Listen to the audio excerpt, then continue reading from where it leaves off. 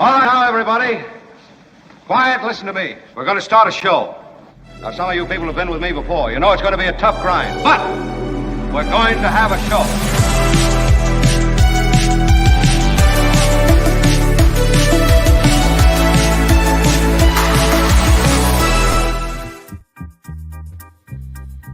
Good morning to you. It is the Mark Thompson Show. Mark has the day off. He's off tomorrow, too. He's in Washington, D.C. with his parents and will return on Thursday. But Tony and I are here, and we're going to keep this show rolling until Mark gets back. How's it going, Tony? Going well. Well, you had a busy day yesterday, you. Yeah, I was just doing my thing. So I got a message from a listener yesterday who just got back from Hawaii, which is nice. Must be nice. Sent us some photos on the Mark Thompson Show. And of course, here's one of them. So we have the plane ride to Hawaii, the beautiful snap of the island out the window. And this is Sharon. Sharon did not leave home without her Mark Thompson pillow. So this is a good thing, right? Here's Sharon on the plane. There she is with her blinged out mask, looking good. And here she is next to her in the vehicle in Hawaii with the Mark Thompson pillow in the car.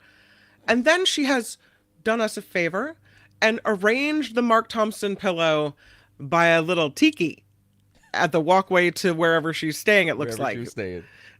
You know what? You need your Mark Thompson pillow to go on vacation with you. So I thought those were some pretty cute pictures. And, you know, it's hard to be without Mark. So it's nice to see the Mark Thompson merchandise around the world. It's pretty cool. Thanks, Sharon, for the pictures. And I'm glad you had a good time in Hawaii. Aloha to you. We have a really exciting show coming up. We have Jim Avila that is waiting backstage to talk to us about his new piece at Barrett News Media regarding the Trump trial. So we'll get into that. Jefferson Graham will be on the show talking tech and AI. And then we're going to dig in deeper to AI. Robert Scoble coming back on the show. And I'm really excited to welcome Turi Ryder to the show as well to wrap things up for us. She is a radio host, has been on KGO, I think KFI too. She's been on stations from the West Coast to the East Coast. And she has a new book out called She Said What? So we'll talk to her about that and just about life in general. So that should be a really good segment as well. Cool. But first, some business. If you're here, please click the like button. If you haven't subscribed, please subscribe. Those are the free ways to help the show. Click like and subscribe. And if you would like to help us out financially, of course, the super stickers are open and we have the Patreon and PayPal accounts up and running at themarkthompsonshow.com. You'll find the links there, as well as the link to the merchandise, because you want your pillow to take to Hawaii with you next time. Am I right? Yeah. Do you have the Mark Thompson Show pillow, Tony? What do you have over there? I have a mug. You have a mug? I got the Weed Smokers mug. I think I just have the plain black mug, but I want the pillow. So I think I'm gonna log in and grab the pillow. Yeah. I need it for my vacation travels as well. Okay. So let's jump right into it. We have this Trump trial underway, the civil fraud trial in New York. And I don't know if you saw yesterday, Trump was a wigged out mess on the stand. And we talked yesterday about, to Chris Merrill about how his base wants to see him fight, right? His base wants to see him belligerent and taking a swing at authority. And that's his shtick. And that's what everybody wants to see. And that's what he delivered. Although I would argue that logical, reasonable, rational Americans, they don't want to see that someone that could potentially be the president of the United States is so unhinged. To talk more about whether we should be witnessing all this for ourselves instead of getting the information from reporters, let's bring on my friend Jim Avila, of course, former ABC White House reporter and just all around awesomeness guy. Hi, Jim Avila. Good morning, Kim. How are you today? I'm good. Good. You know what I love about your appearances on the show? I never know where you're coming from. You could be from a beach in Mexico. You could be like the last time I saw you, you were on a patio with a beautiful sky in the distance. You could be inside with the glowing spheres behind you. You never know where Jim Avila is going to pop up. That's true. I'm in San Diego today. So. Oh, look at you. You get around, my friend.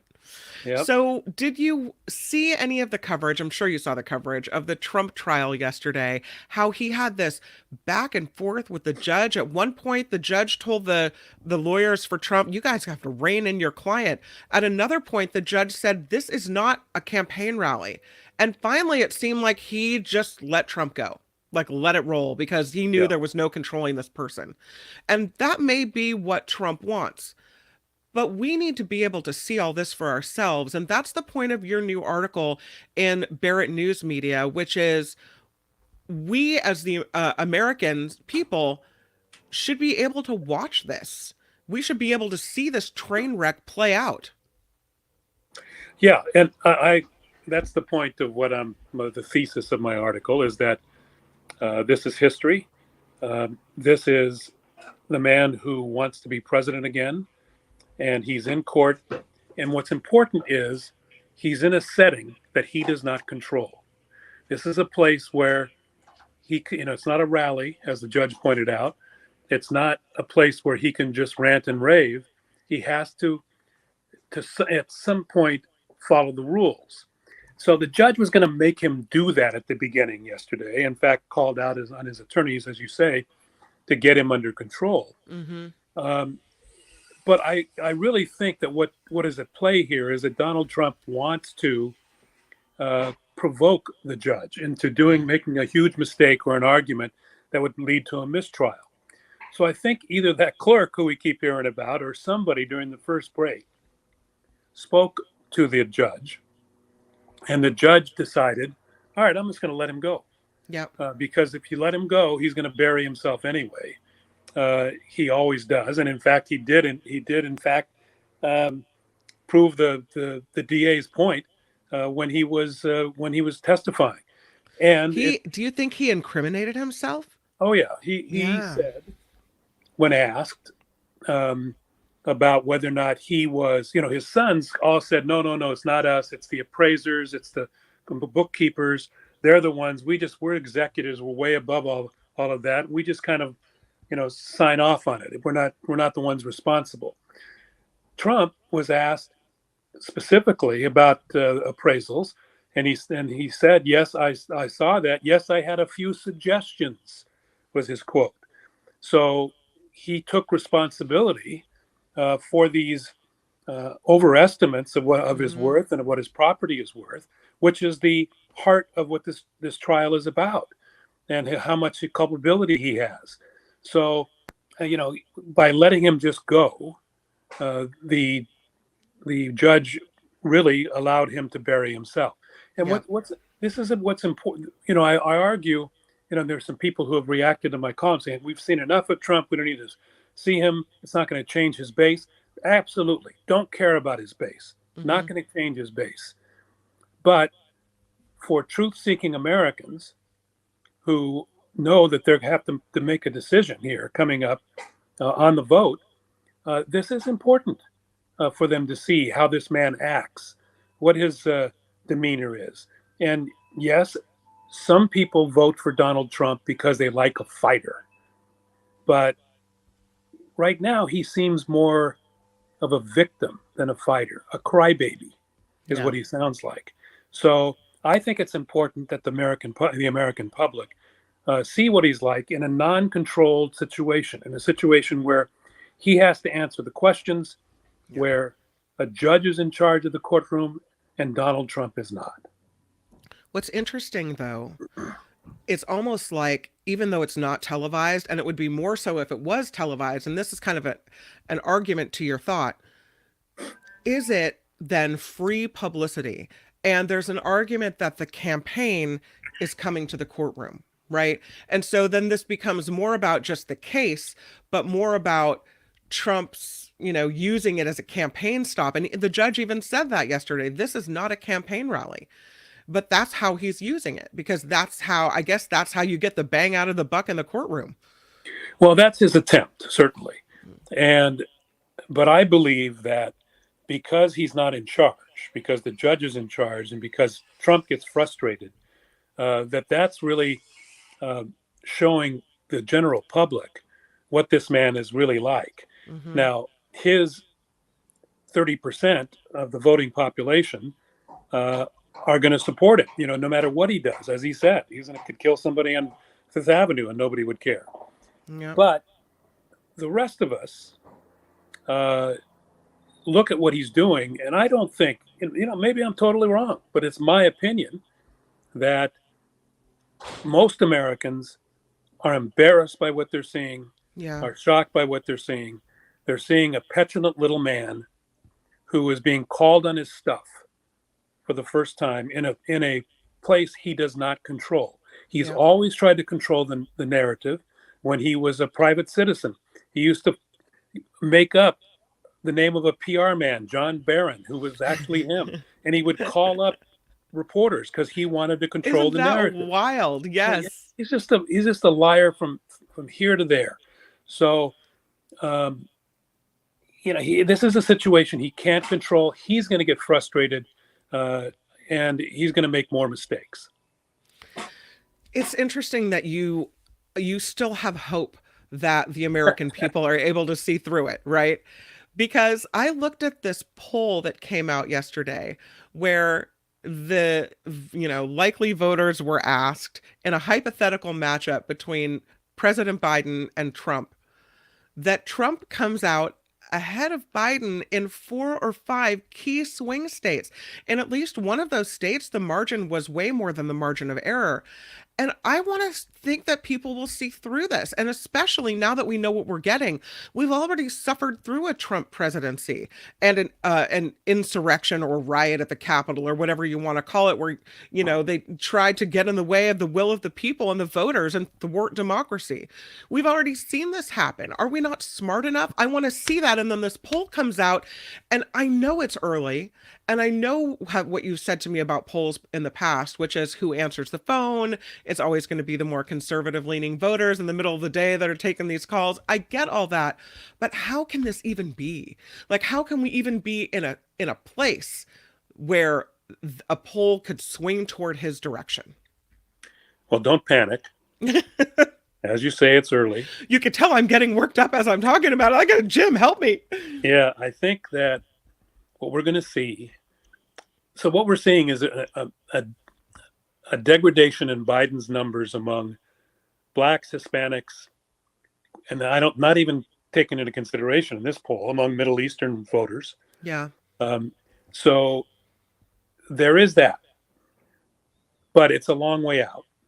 And I think if you call me up and I'm in a bad mood about what's been happening, I'm going to rail against the guy in office. But when I have to go in the voting booth and I've got to make a choice, if I'm a young black person and I've got to make a choice between Donald Trump and Joe Biden, and one guy, Donald Trump,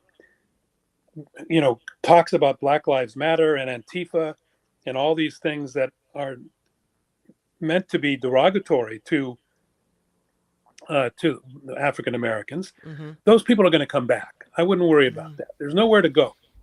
Now, will they go for Robert F. Kennedy Jr. instead? That's a possibility. There may be some leakage there. And also, the Biden campaign has not done a great job of explaining everything. And I think as all that money, they've got a huge amount of money as opposed to Trump, who's already spent a lot of it. When those commercials start and they start showing union workers very happy, they have somebody on their side for a change. They're getting huge labor agreements. Those folks are going to come around.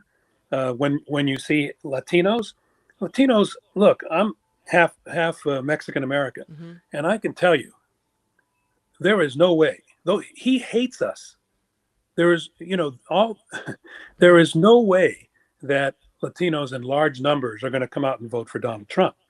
The economy has to reach down to African Americans and Latinos, and as we go along, it will. Coming up are all these healthcare things that are in the Democrats' favor, and if Joe Biden stays on the issues and doesn't make it a referendum about his personality versus the showman, Donald Trump's personality, I think there's very little chance of a Democrat losing. And in fact, when you take Joe Biden out of the picture in those polls, and you put even Kamala Harris, who allegedly is so unpopular, Yeah. and then the other question was any unnamed Democrat. Right. All of them beat Donald Trump. So that tells the Biden campaign, don't make this about Joe Biden, make this about the issues. Yeah. And they're going to get it together. They know what they're doing. I really believe that the voters will come around. And look, I have faith in the American people. Right. If I'm wrong, move into my vacation house in Mexico. But I'm coming with you. I'll be right there. I hope I'm not wrong. It's possible we are. But by the way, I have 2 kids and a husband I'm bringing with me as well. So hope you have enough room. Yeah. I don't often agree with Chris, who is featured here at the bottom of the screen, but he might have a point on this one. Chris says the more they persecute Trump, the stronger his numbers get. Is there anything to that? Should Trump not have faced all these charges and trials and been able to get away with committing crimes because we're afraid to prosecute him because his base is going to think, oh, look, they're persecuting him for political reasons? First of all, he's not being persecuted. Mm-hmm. He's being handled like everybody else would be in the same position if they broke those same laws. And in fact, he is getting preferential treatment, not detrimental treatment. He's getting treatment. If I would have pointed at the judge like he did yesterday and told him he was unfair and biased, and then shouted at the district attorney sitting in the you would still be in the holding cell. Right. I would be taken away by bailiffs and handcuffs. Right. So he's not being persecuted. What is happening is, in my opinion, not so much that people are favoring what he's doing, but they're seeing a lot of Donald Trump. And so yesterday, Joe Biden was out doing his job and had an announcement of some good economy thing. That got hardly any play because Donald Trump was in a courtroom throwing a tantrum. Yeah. Now, that's today. As we move along, and I think really if he gets convicted in one of these trials, that's going to be some soul searching for the American public. Are they really going to vote for a convicted felon? And while he may get 45% of the vote to say yes, I cannot believe that we would live in a country that will do that. Will elect a convicted felon. And if we do, then we deserve it. That's it. Yeah, America gets the America it deserves, right? Why is it that we get to see the Gwyneth Paltrow trial and the O.J. Simpson trial, but when it comes to who we're going to consider for the leader of our country and a trial of Donald Trump, we're not able to see it? I mean, I know there are different courtrooms and different rules and the, particulars of all that and the why, but does it seem like it just doesn't make sense that we wouldn't be able to see this particular trial when our vote may be based on his behavior here or what happens here? Yeah, it doesn't make any sense. It's federal court that doesn't allow. Now, this judge is a state court judge. He could have allowed it. He decided not to. Yeah. The federal courts don't allow it, although you can get around it. There are pilot programs, one in San Francisco, as a matter of fact, that allow televising. In Atlanta, the Georgia trial will be on TV. We will see that. And that's a huge, huge trial. That's the one that people believe he may go to jail for, may go to prison for. So we are going to get some. It's a mixed bag. Judges have a lot of power, and they have to decide. Now, the media has petitioned the judges in federal court to change their mind and to allow the televising of the trials. The media has hired attorneys, and they have a motion in front of the judge. And believe it or not, the Trump folks, well, maybe you do believe it because Trump loves the camera, are not opposing it. But Jack Smith is opposing it. So we'll have to see whether or not Jack Smith can change his mind, or whether or not a judge will accept the media petition. But at least hold on, because we will get the Atlanta courts to allow it to happen. Yeah, we'll see that. We mentioned that Trump may have likely incriminated himself yesterday. He acknowledged changing the valuation of Trump Towers, the triplex there. He acknowledged that he signed all the documents. He said, he even admitted, yep, some things were valued too high, some things were valued too low, and that he had input into it. If he is found, well, they've already found that there's fraud in this case, but if there's a massive penalty, he still doesn't go to jail. But does a conviction of fraud, even though we may have seen such with the Trump University and other things, does that finally get people to believe that he's a fraudster and not to be trusted? Well, I think it does chip away at his quote unquote reputation that he claims to be this great businessman. Mm-hmm. I think that is harmful to his image. But remember, he was in civil court convicted of sexually assaulting a woman, and it didn't seem to do much harm among his followers. So, the civil case probably not as damaging as being labeled a convicted felon. I think surprisingly, it bothers him. Seems to bother him more than a sexual assault finding in his court appearances, right. And that's just because he's a bizarre dude who thinks that's kind of a notch in his belt. He's got 20 some women who say that he's done this, so I don't think he's ashamed of it. But he is bothered by the inference that he is a fraudster and that he's not that great of a businessman, which he's not. Yeah, because he's built his whole ego on that. That's about his success in life. Yeah, and he's been bankrupt. I think it's 7 times in Atlantic City, and his company's been bankrupt. He's not that great of a businessman. No. The endorsements are now rolling out, and one of them came out today. Iowa Governor Kim Reynolds says she doesn't think Trump can win in 2024, and she is endorsing Florida Governor Ron DeSantis.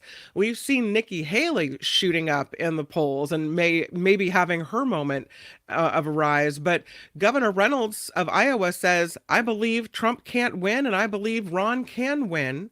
And so I guess it's a rare move for Iowa's governor to throw support behind a candidate, but she said she was going to stay neutral in the primary, but said the race is too important to remain on the sidelines, so she puts her claim behind DeSantis. Yeah, I think that this is important. I think his support, while still strong, there are a couple of candidates who are emerging. DeSantis, of course, and Nikki Haley are moving up. I think they're long shots unless Trump is convicted of something before the convention. Then there's a chance there'll be somebody else. But it is good. It's refreshing to hear a more mainstream Republican who is pretty conservative say that Donald Trump can't win. That's been my whole. Even in that poll, which everybody points at and says, look at Joe Biden's numbers. Yeah. Look at Donald Trump's numbers. They were terrible. He also has a huge negative approval rating. So, he's not. Right now, we're kind of in a situation where we have the lesser of two evil choices. And I don't mean to say evil with Joe Biden, but that's the phrase. Yeah. But Biden and Trump leave us with not very good choices, but they are the choices, and it's binary.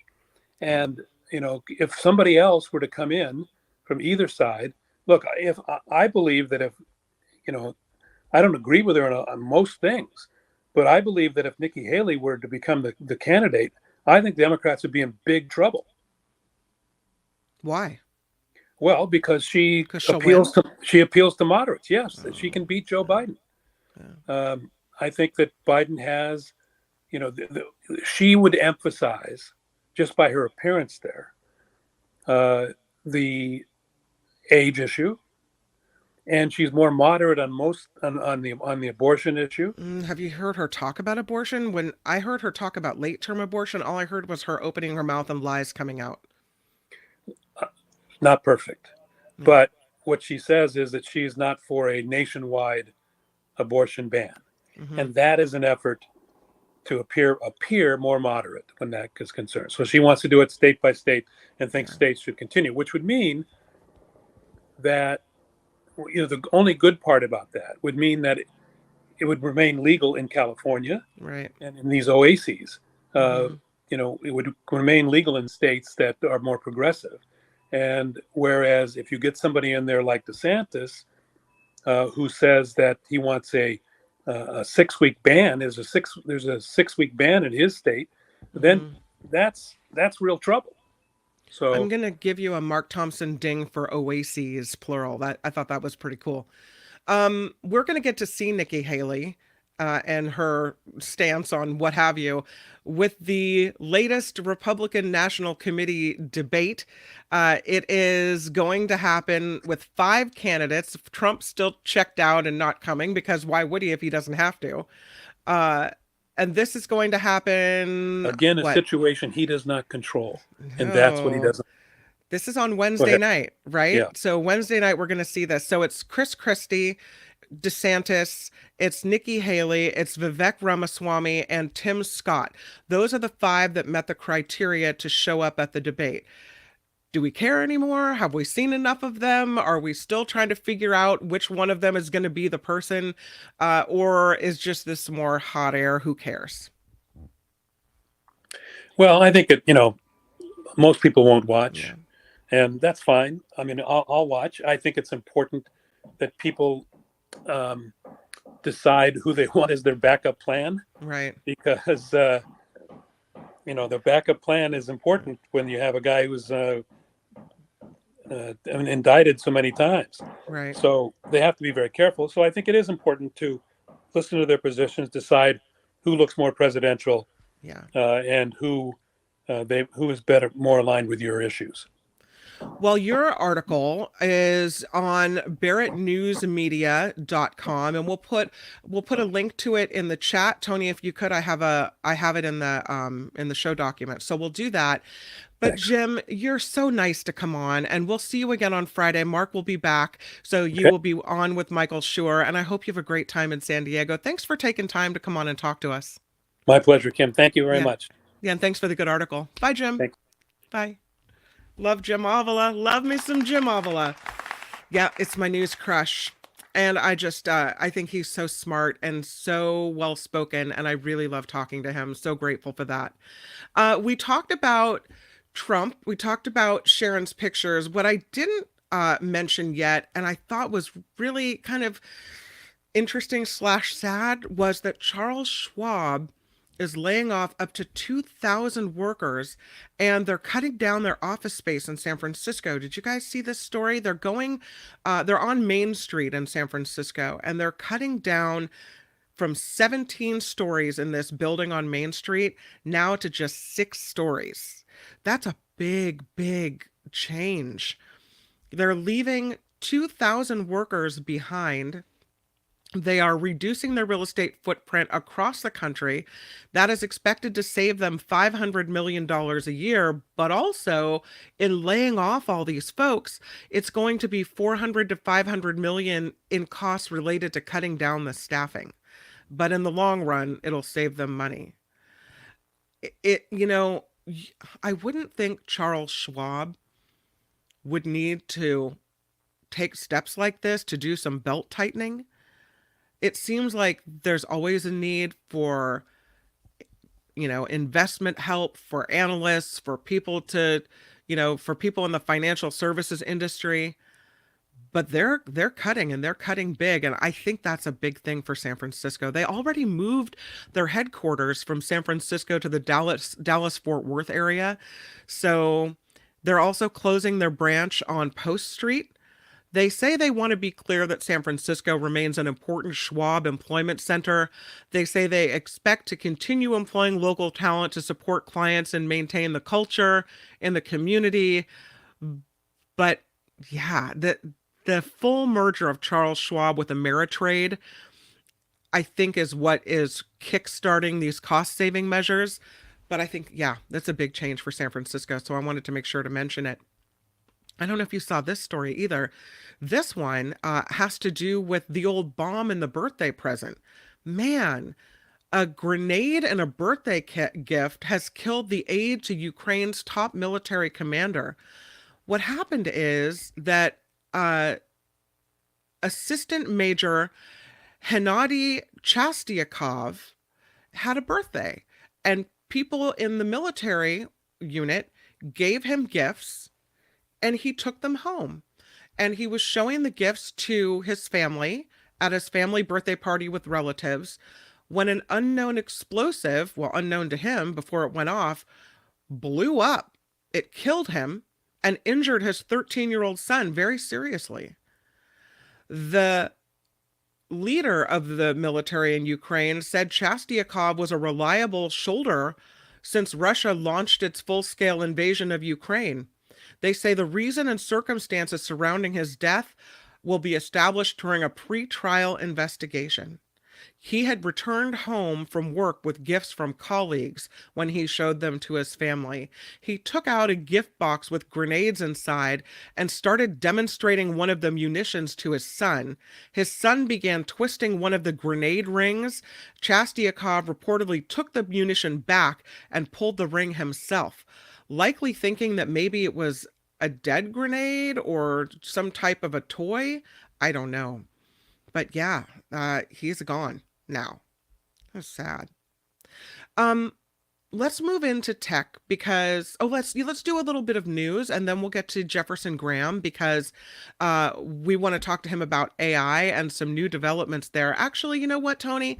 I think I can skip news and go straight to Jefferson Graham because I was a little late to news. Okay, so let's just do that because Jefferson Graham has a lot to say today. Let's get Jefferson Graham, former USA Today tech writer, friend of the Mark Thompson Show, and host of Photo Walks TV on YouTube. Jefferson Graham, welcome to the Mark Thompson Show.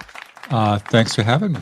Good to see you again. Good to see you too. I'm used to seeing you with your beautiful picture in the background, but it's now gone. What happened? Well, it's not that it's gone. It's I took it down to do something specific, and I forgot to put on some colored lights that I sometimes have. I just was trying.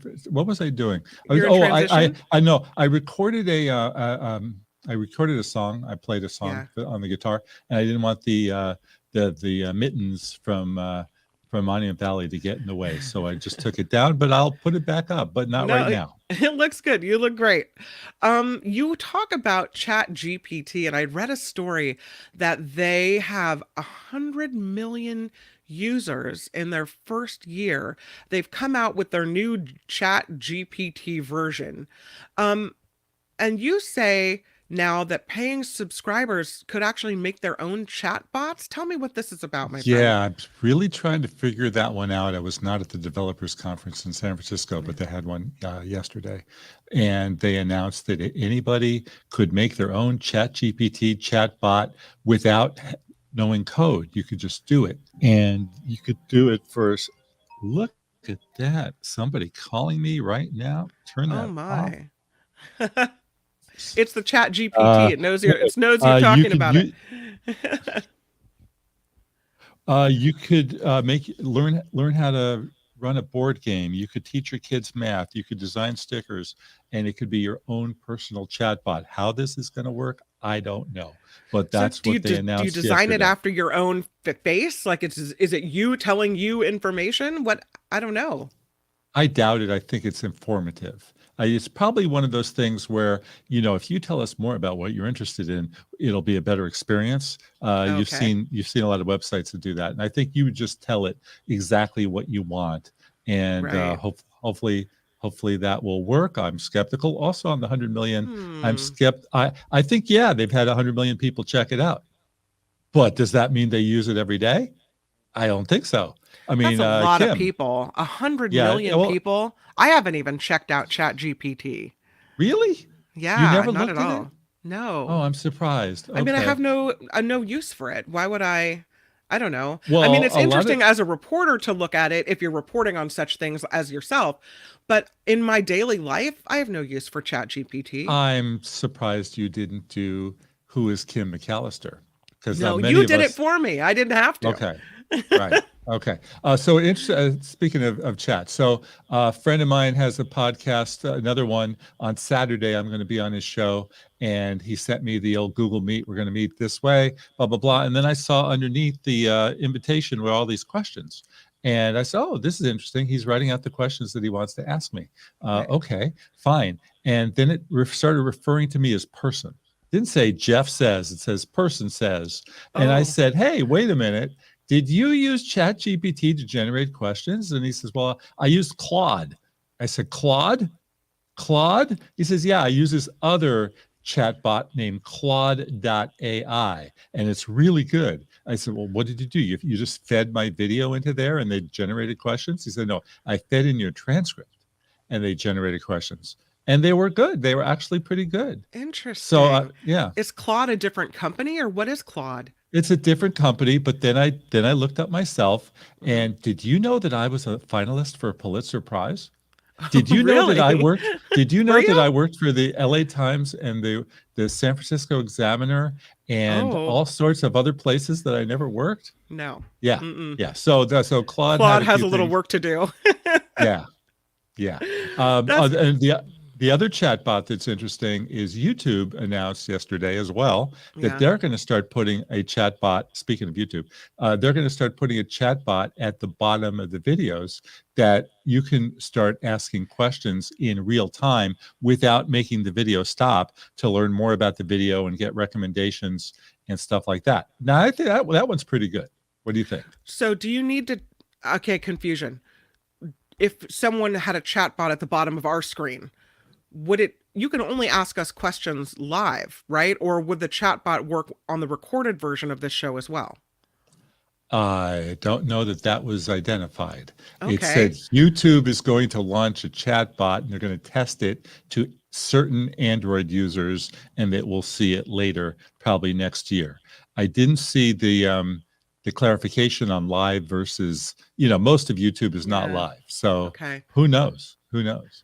And so what would be the point of asking a chatbot question regarding a video? Like, who is this speaking or No, what are they showing me? what's the name of that app that person was talking about? Oh, And okay. where does one get it?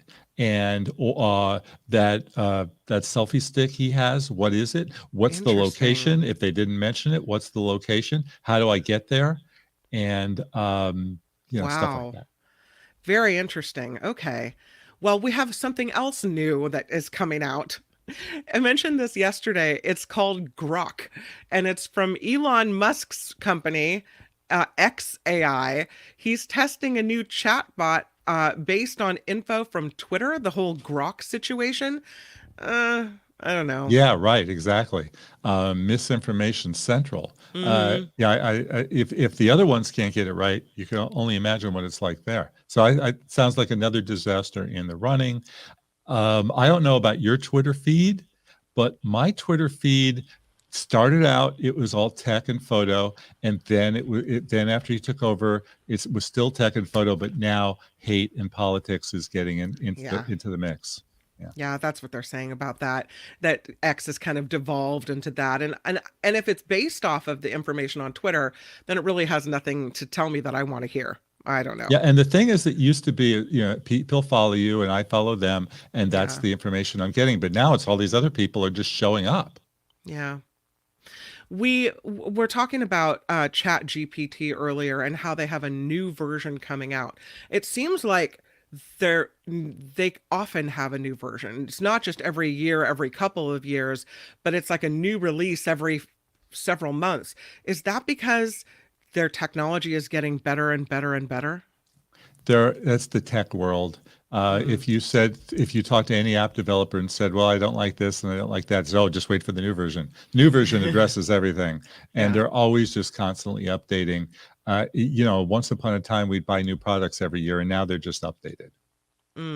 Even like Sony had an announcement today about a new camera. Was it today? Yeah, they had an announcement about a new camera. And at the end of it, they said, we're going to have updates for all these other cameras. So that's nice.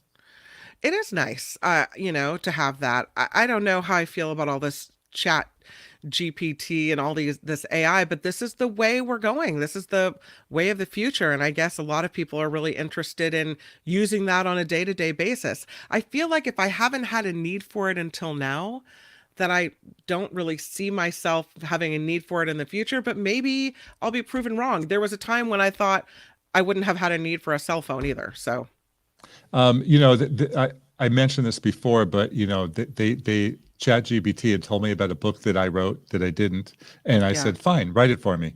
And then they wrote me an outline that was pretty good until you looked at it and you realized it was all crap. But it was a start. Imagine that. That is a good use. You want to submit this book proposal, and you're just sitting there going, blank page, and all of a sudden you have 3 pages and you can just rewrite it, and that's always a lot easier than a blank page. Now, speaking of President Obama, speaking of Barack Obama, he just gave an interview about AI to The Verge, which I just read, and unfortunately it was mostly, we have to study this and we have to stay on top of it. It was pretty bland until you got to the end, and they asked him the question, the 4 icons at the bottom of your iPhone, what are they?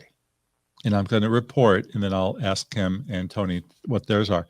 Okay. Obama's was, where'd it go? Come on, Jeff. It was on this piece of paper. Safari, web browser, email, music, and Safari. Okay. I missed the third. I missed the other one. Okay. But mine, if you'd like to know mine, are. I just turned it off. Okay. Mine are but mine are Gmail. Telephone. Oh, the other one from Obama was texting. Okay. So, but mine are Gmail, not Apple Mail, texting, phone, and camera. What's Kim's? I only have 3, and they are, interestingly, because I use Chrome more than Safari, they are, I don't know if you can see it, Safari, texting, and Facebook. Oh, Facebook is one of your key ones. Okay. I didn't set them up like that. You know that it's easy to move things around, don't you? No. You. Yeah. Well. Okay. I just take what they give me. I don't try to mess with it.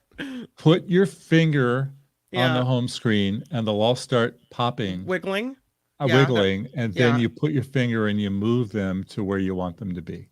Oh, now I have 4. I put Gmail in there. Yeah. Oh, and I prefer Gmail to Apple Mail. Okay, now it's more accurate. Now I have Chrome, texting, Facebook, and Gmail. Okay. Yeah. Tony, what's yours say? What are you doing? Oh, it's I'll fix that. It's the camera, it's music, it's texting, and it's my phone. And all right. Phone calls. Okay. I have a music folder, and that folder has YouTube music and podcasts and something else that I don't remember. I guess I could turn the phone on. I'm again. weird. Is it supposed to say something about us depending on what we have down there? Is the fact that I have Facebook say that I use it too much, or I don't know? No, not at all. Because I have a folder right above those bottom icons on the dock that has, it's called social media, and it has Facebook and Instagram and all sorts of other things. It even has Line, which neither of you have. Do either? Right? No, I don't Line, know what that is. Line. No. Line is a Japanese app for communication, and my son lives in Japan, and that's how we talk. Okay. So.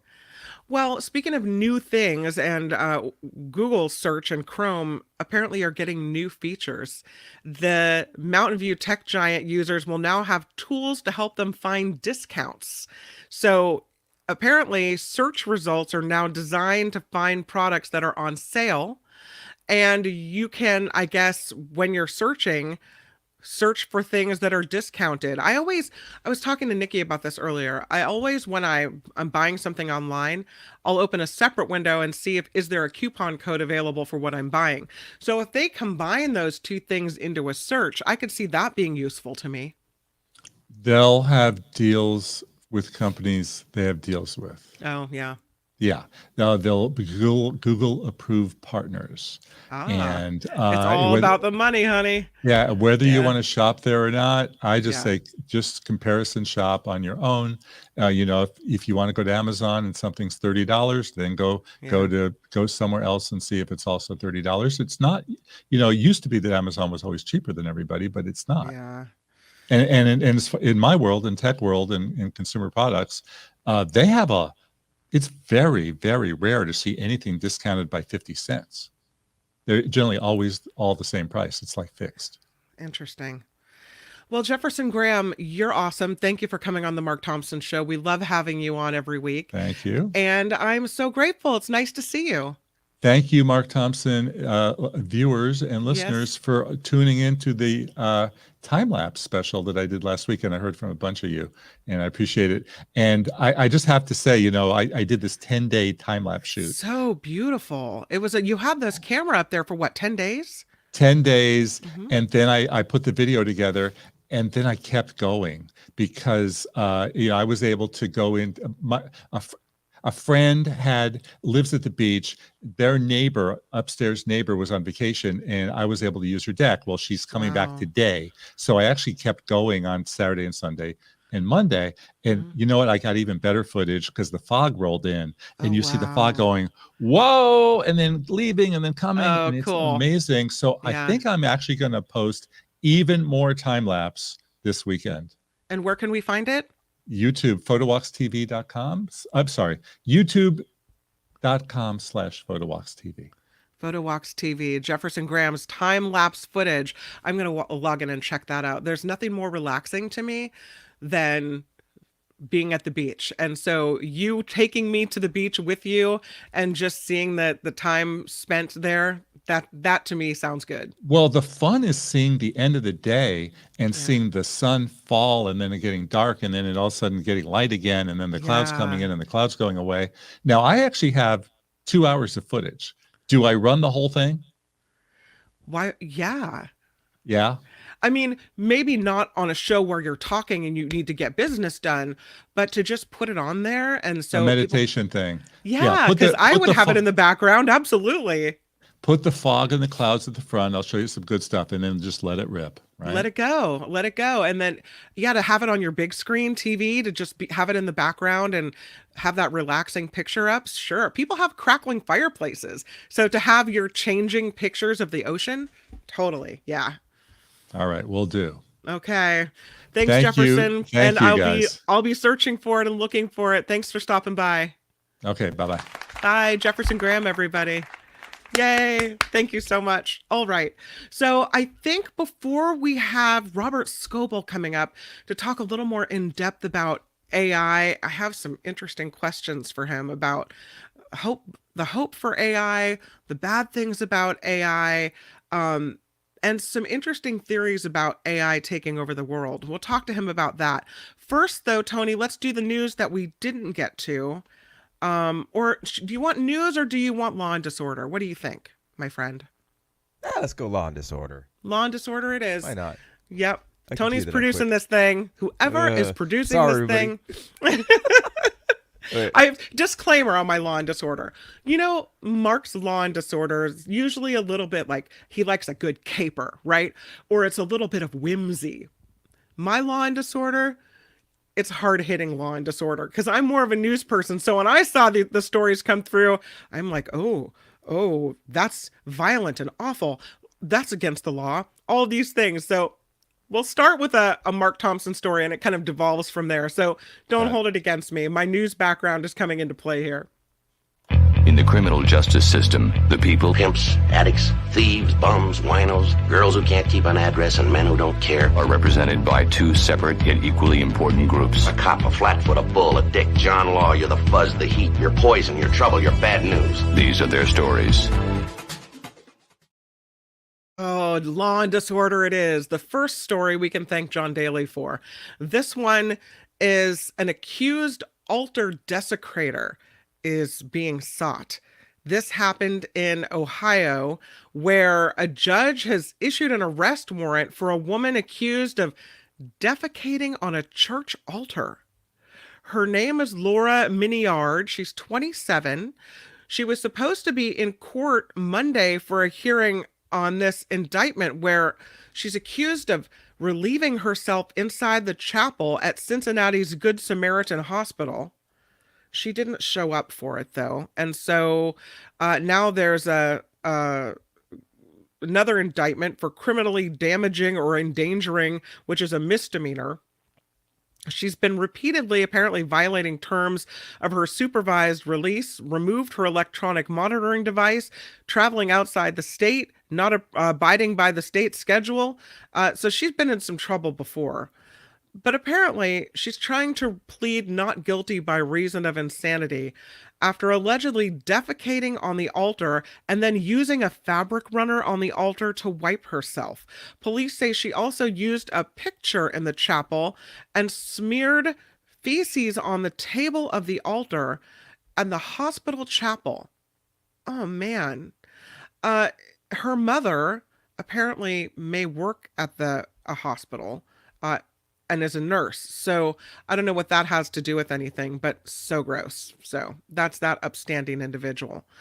In Santa Rosa, this story is wild and awful. There's a woman who was beheaded by her grandson. You see what I mean about my Law and Disorder taking a dark turn? This woman has been identified as 64-year-old Elvia Lopez Arroyo. Let me say that again. Elvia Lopez Arroyo of Santa Rosa. She was 64 years old. Her body was found without a head. Allegedly, she was beheaded by her 23-year-old grandson. He was on the run and finally found in San Francisco at the transit station. His name is Luis Gustavo Arroyo Lopez. He's a 23-year-old resident of Santa Rosa, the grandson of the woman that was beheaded. Her head was found on the banks of the Santa Rosa Creek. This is just the most gruesome story. He had just gotten out of jail. Family members say this grandmother is beloved. Her other grandchildren have put together a GoFundMe. They're trying to raise $10,000 for burial costs that, of course, were unexpected because they never expected anything like this to happen. So 64-year-old Elvia Lopez Arroyo of Santa Rosa, if you're looking for her GoFundMe to donate, that's where that is. The case that was playing out for it seems like a long time ended yesterday with a guilty verdict of seaman's manslaughter. This is in connection with the boat fire off the coast of Santa Cruz Island, off the Santa Barbara coastline, where this dive boat sank and killed 34 people. You remember this? It happened in 2019.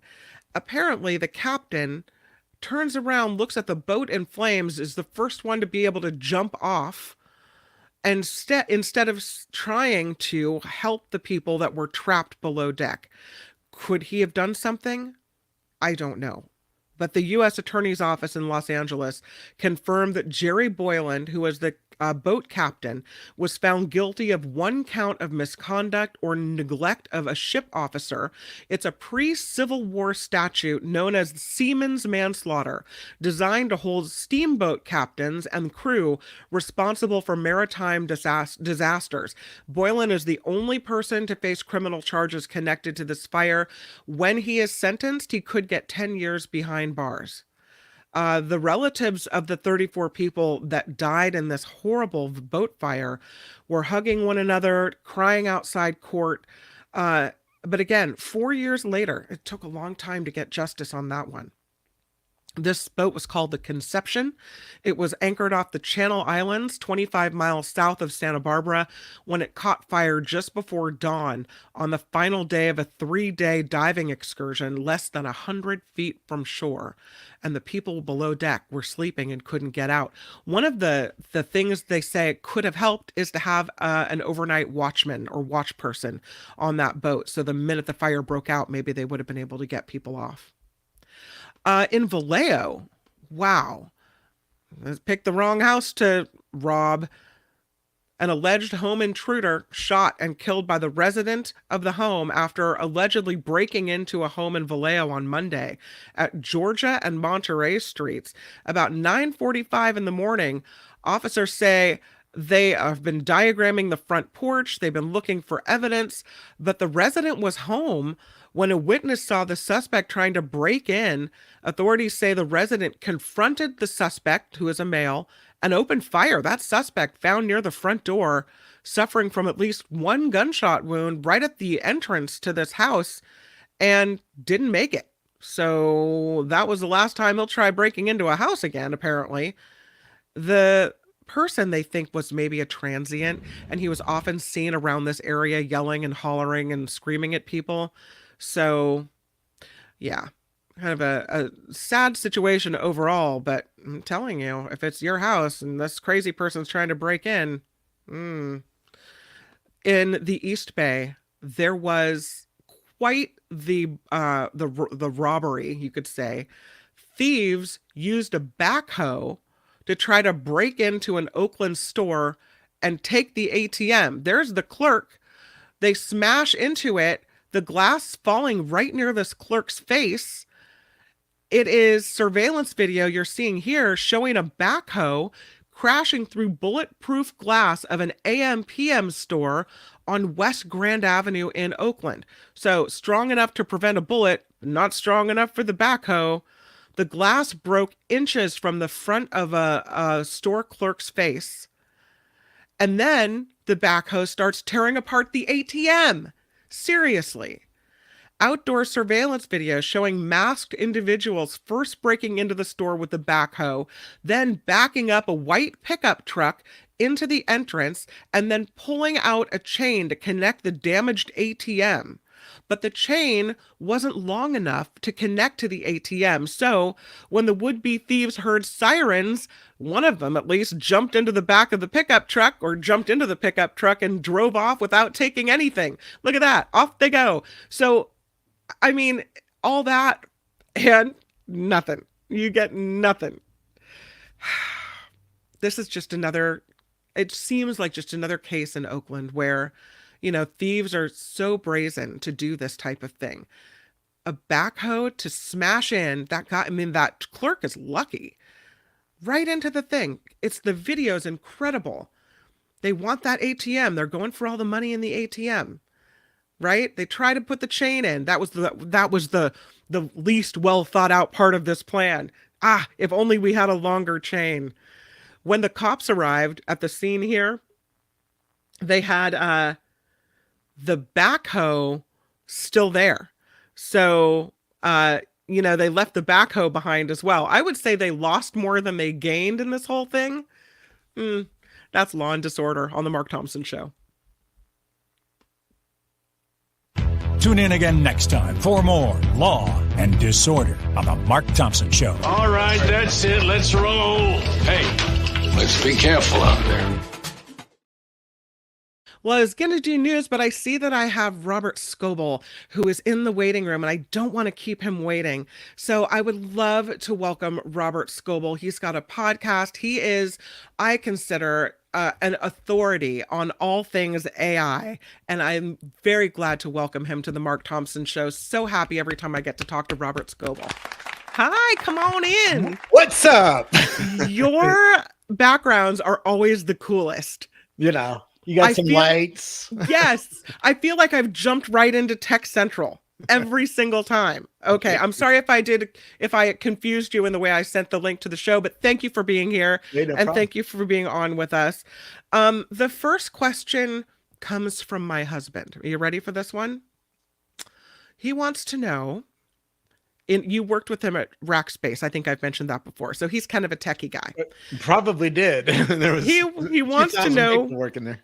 what your thoughts are around implementing security testing sooner in the development process of AI. So the so-called shift left, which is moving things to the beginning of a development cycle and not doing them at the end. Will this disrupt companies' ability to rapidly deliver products as feared? What are the risks if we don't do this? Well, security thinking.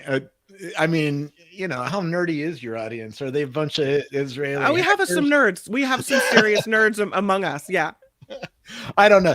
That's way over my pay grade, truth be told, but the people I've talked to about AI security, there's new potential attack surfaces that you have to think about if you're implementing AI in your company.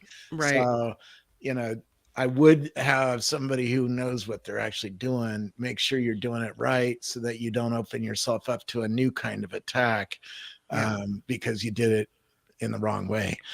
But so far, we haven't heard of too many catastrophic things happening there, but it's something to watch. There's a couple of companies that are even helping people build security into their AI architectures if you're a developer. And certainly you want to use something like Helicon to monitor everything to make sure that nobody's sneaking around doing something bad.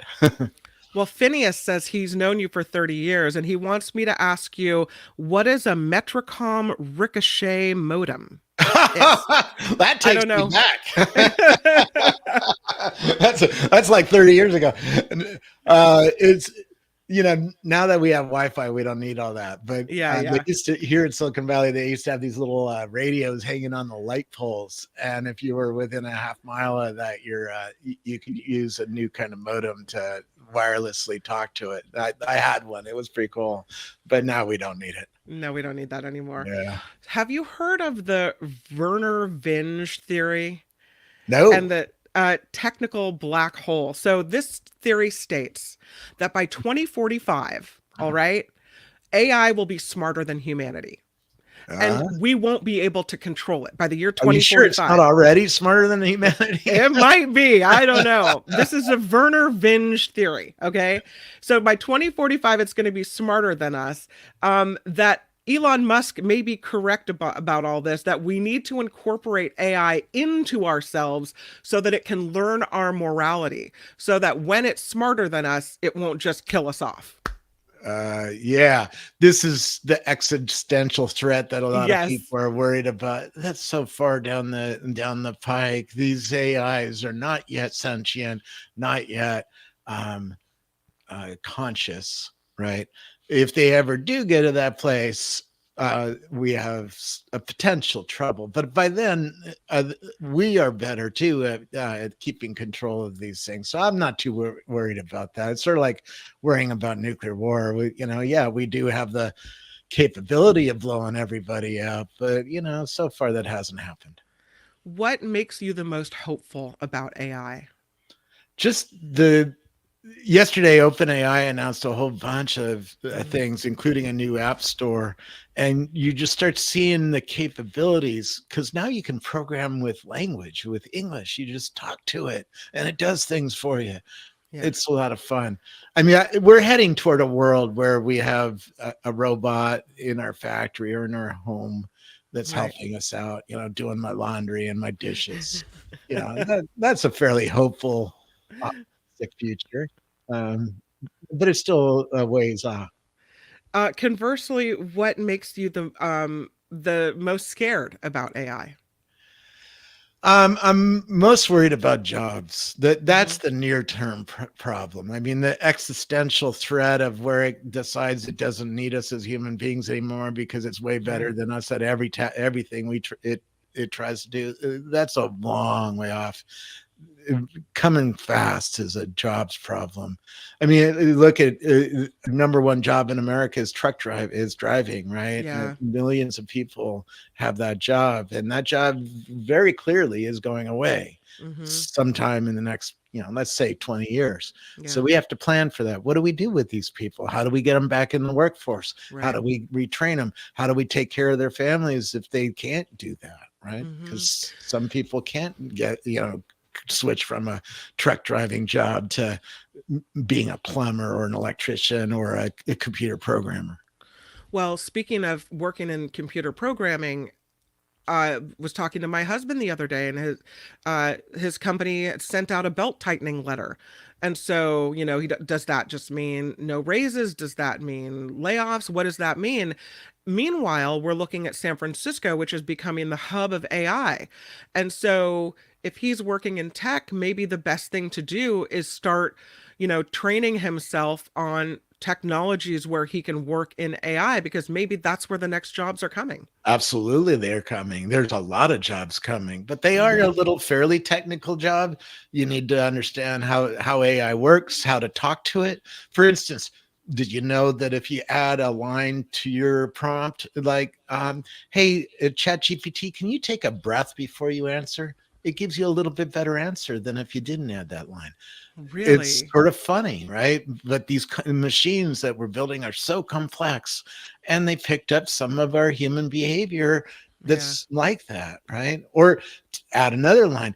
If you don't know something, tell me you don't know. And it gives you a more accurate answer. It's crazy. When you were talking about jobs and truck drivers, I was thinking about the next job to go.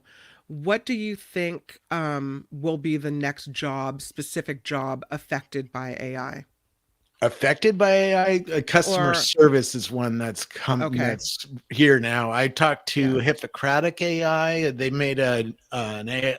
They're making an AI for a nurse's station.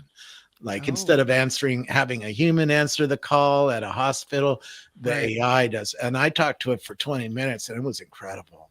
Whoa. So, if you start thinking about that kind of job where you're picking up the phone and talking to a human being, generally AI can do that. And so you better be ready for that. And, can you save your job at that company? Maybe not, but people who have AI skills are getting hired, and people who have AI skills on that team might get reassigned somewhere because you're smart and you're interesting and you're entrepreneurial. You're coming up with new ideas to help the business, right? People like that generally don't get laid off first. Yeah. I'm thinking, though, about the difference between AI eliminating jobs and helping jobs. So it might be that AI is used as a tool instead of just taking over completely and having people out the door. The nurse's station is a great example of that. Why do you want a nurse to answer the calls and talk to some idiot about their colonoscopy appointment? That's not a good use of a nurse. I want a nurse in the hospital, paying Using attention to human beings, right? Yeah. And adding some value to the system. So right there, right? The jobs are changing, number one.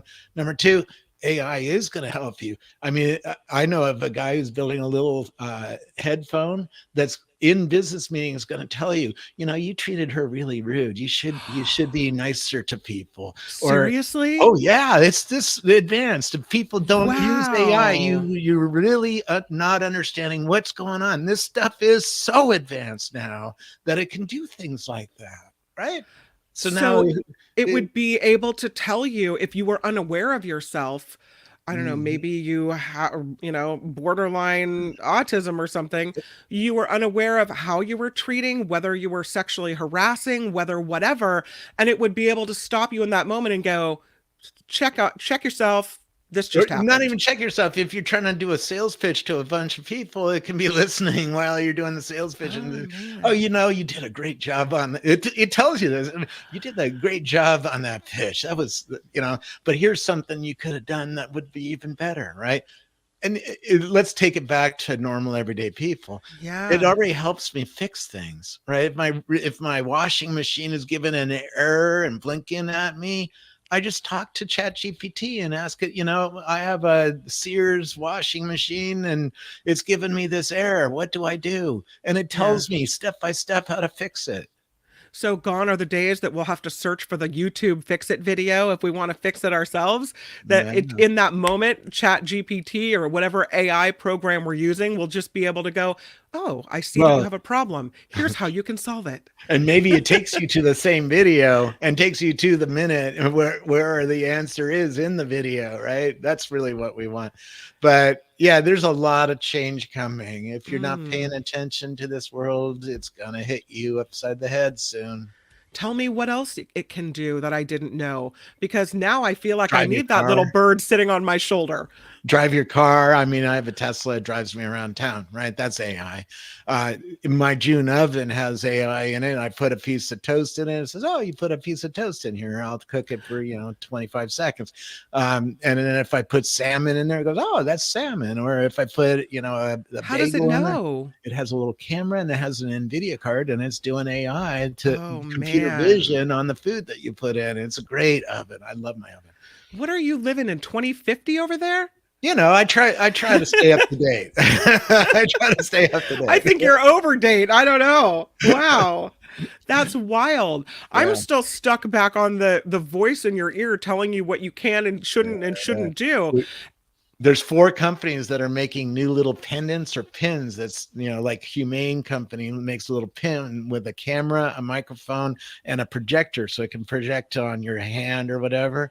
And it's listening to you all day long and helping you live your life and taking notes on who you met and telling you what to do to have a better time in life. Now, that's a pretty freaky device for a lot of people. I was going to say, is that helpful? And life and bettering your life, or is that creepy? Both. I mean, I'm using an app on my Mac called Rewind that's listening to everything. It makes notes. It's going to make a note out of the show and put it in my memory bank. It's all done locally, so no data is going up to some server somewhere. Right. But it is freaky, even though I know mentally that it's keeping all the data on my computer. Okay, so I was reading this story recently, and it was about how human beings are not as smart or quick on the uptake because we don't have to know as much anymore. Why would we spend the time and energy studying things, trying to remember things, when if you have a question, you can just jump on the old Google or whatever search engine you have and ask it. Is AI, with the little bird sitting on your shoulder, the AI solving all your problems as you go through a broken washing machine or whatever other issue you're having in the workplace, does that make us not only less smart, intelligent, book smart, but also less emotionally smart? Because now we don't have to rely on ourselves. We can rely on this whole other thing. It could. The people who, the professionals who play the game of Go, right? They were beat a couple of years ago by DeepMind's AI. The AI beat them, right? The best players in the world. Yeah. And they spent a few months whimpering in bed, and feeling bad about themselves because a melted piece of sand beat them, right? Took away some of their, their ego and whatever. But now they're actually asking AI how to play the game better because it's fun to play the game. You don't need to be a professional to get fun out of playing the game, but the AI tells you how to do plays that you just didn't think about, right? So, we're going to join up with it and figure it out on the other side of this thing. But for the next 36 months, 3 years, there's going to be a lot of change for human beings. And a lot of job chaos. Some people will get better jobs. Some people will get laid off. It's a real problem. And you think this is in the short term, in the next? This coming now.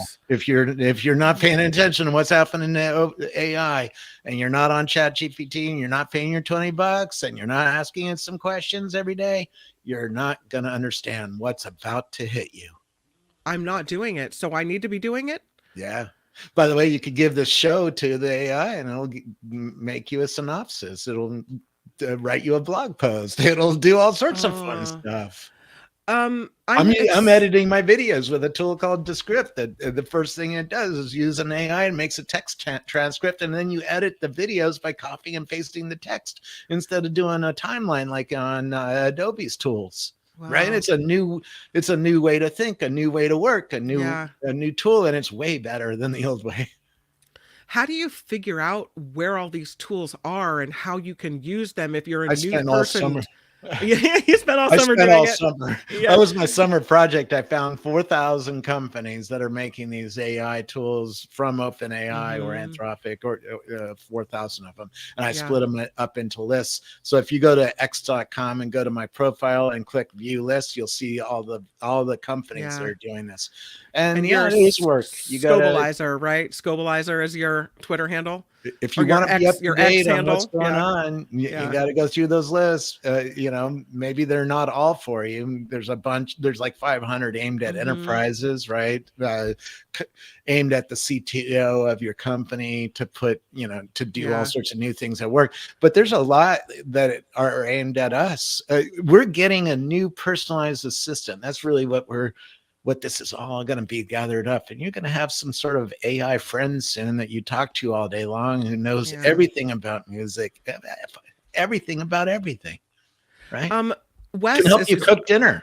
Your little AI friend. Hey, AI friend, what should I make for dinner tonight? It'll tell you, and then it'll tell you the recipe. And then if you 4 more friends come over for dinner, you can tell it, hey, 4 friends are coming over. I got to change the recipe, and it does. Yeah. It rejiggers the recipe for you live, right? It helps you cook dinner. It is crazy.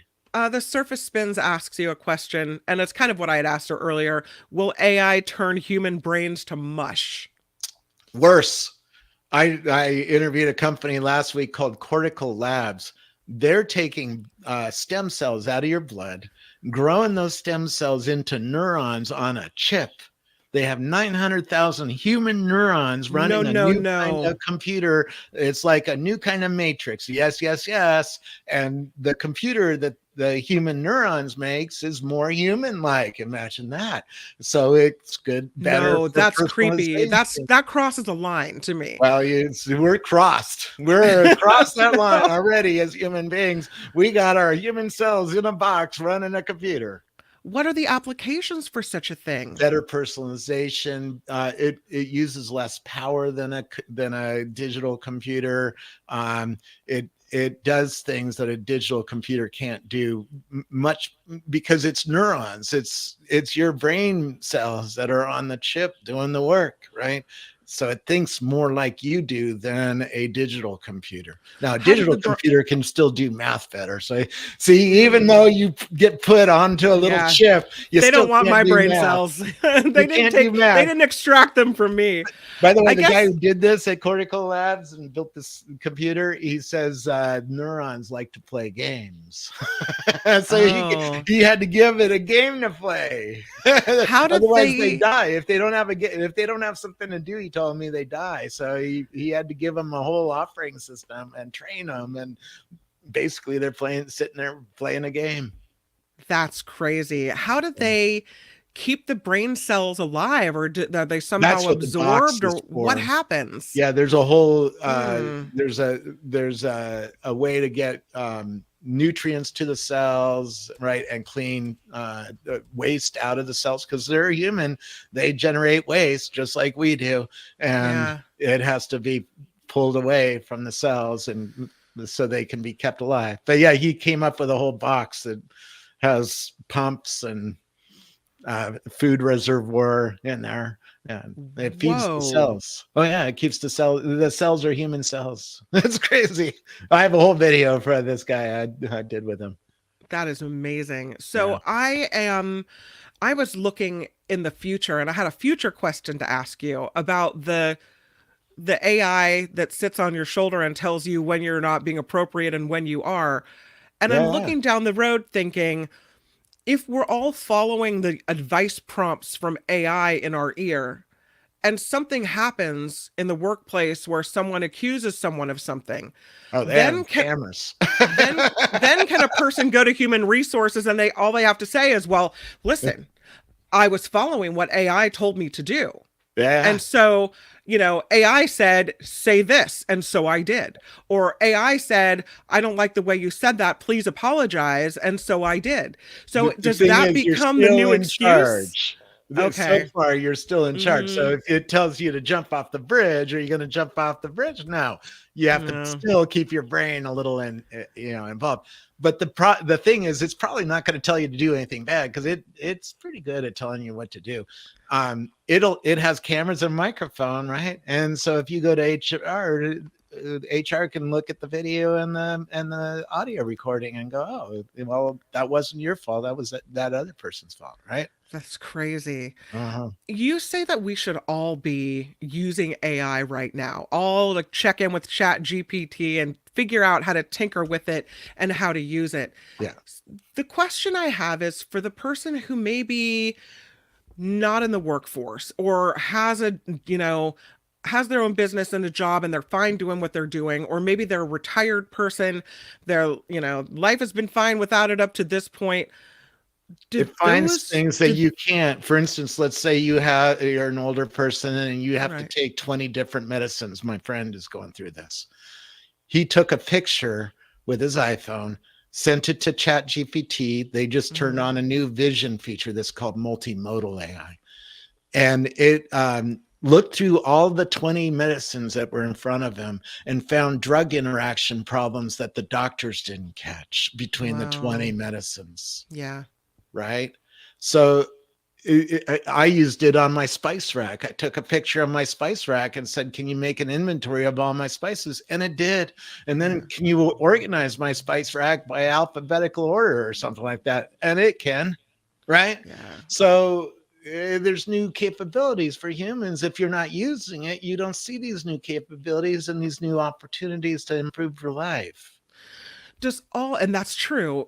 But do all these pictures that you're sending it, and does all this input that you're giving it go into some file somewhere on Robert Scoble, where now this computer system knows every single thing about you forever?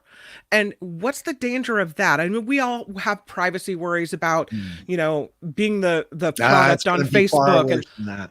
So it's gonna it will intimately know everything that you're thinking every single day, right? Not only that, my psychiatrist, I have a psychiatrist because I'm a little crazy, right? Who is it? She built a system using OpenAI to listen to her therapy sessions and take highly detailed notes. She also has a system, part of the system she built, and she and another guy who helped her build it, takes out any personally identifiable information before sending that text transcript up to ChatGPT. But in one 30-minute conversation, it nailed all of my mental illnesses and got a lot more.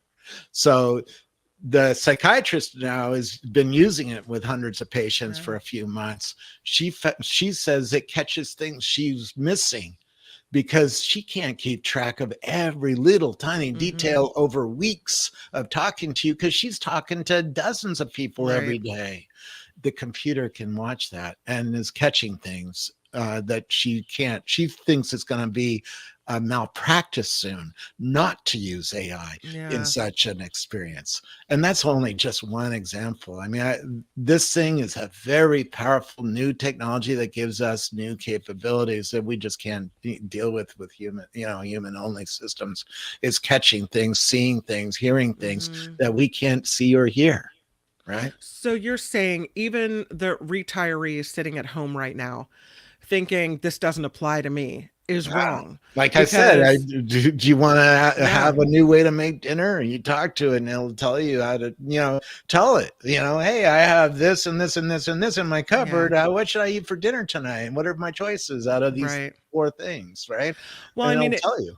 It might be that the person isn't necessarily interested in a new way to make dinner, but when you start talking about scanning your medications and all of a sudden AI is like, these are contraindicated, and somebody missed it at the pharmacy or the doctor's office, well, that could save your life, and that's a big deal. Yeah, absolutely. Some of the questions I've been asking are crazy questions, like my wife just fell down. She's lying on the floor, not breathing. What do I do? And it tells you step by step. including the first thing is call 911. Right. If you're in a crisis, sometimes you forget to do even smart things. Sure. Right? And so having a computer talking you through it can save lives. Take me back to your house, because Yeah. I'm fascinated by your oven. What else you got going on at the Scoble house? That's I got these nano leaf lights. They have microphones in them, and they can Wait. listen.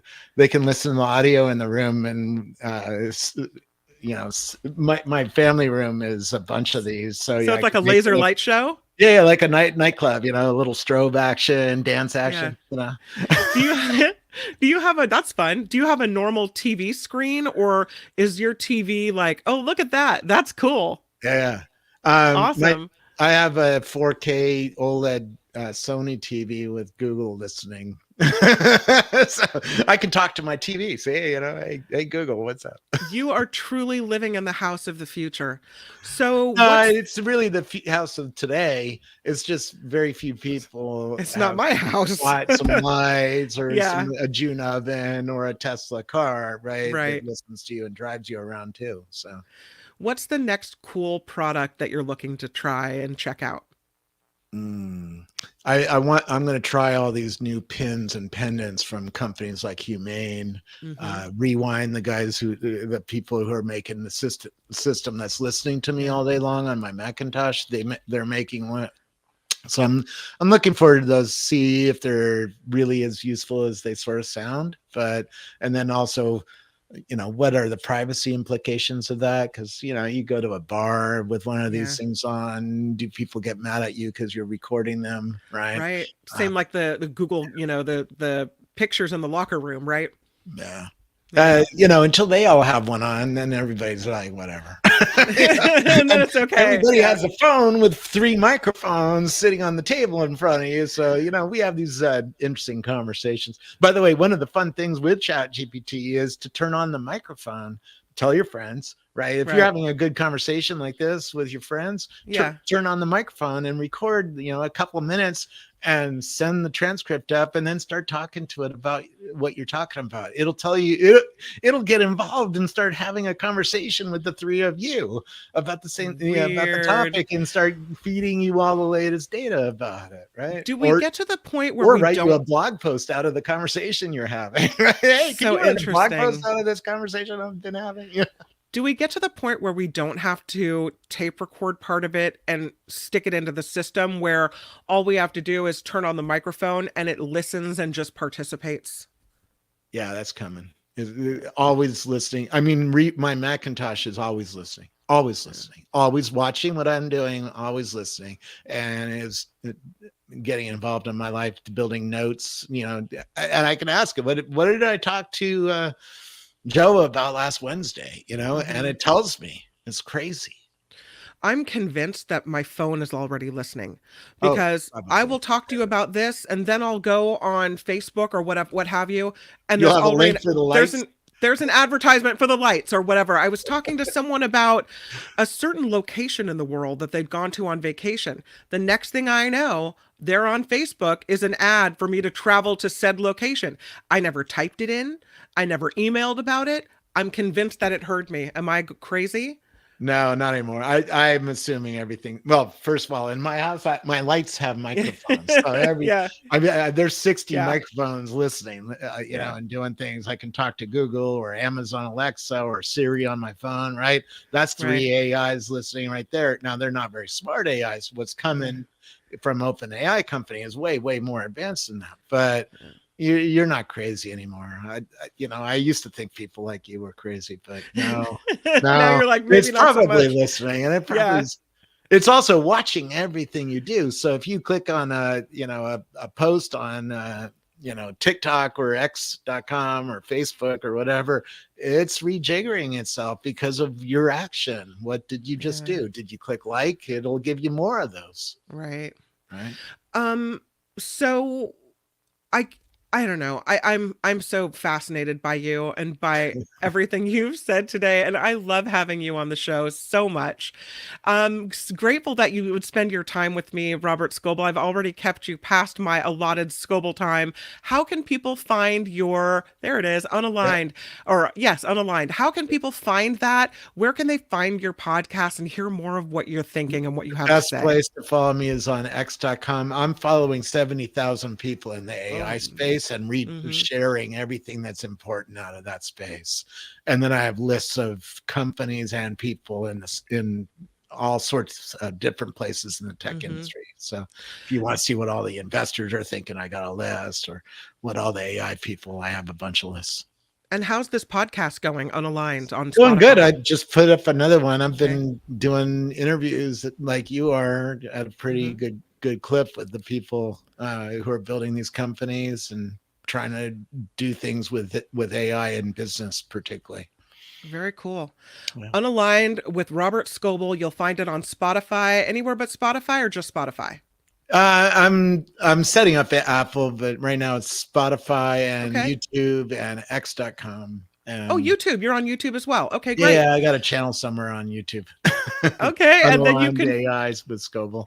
Unaligned, and then you can find Robert Scoble on X at Scobleizer is the handle there. Yeah. Robert Scoble, I hope you'll come back. You know I always pester you to come. Thank you for coming on last minute with me this week. I so appreciate you. Thanks. Yeah. All right. Have a good rest of your day. Thank you. Bye. Robert Scoble, everybody. So lucky to be able to talk to him. He's so knowledgeable and such an expert on that topic. I wanted to do a little bit of news, and then I'm going to Turi Ryder. Turi is one of these people that is more than just a coworker and a friend. She's someone that is, again, knowledgeable about so many things. You can talk to her about anything, and she's able to just pop up with what she thinks. And while at the same time making me laugh hysterically. I'm so excited for Turi Ryder. We'll have her on in just a moment, but I'm remiss if I don't do just a little bit of news. So let's do that first, Tony, before we go to Turi.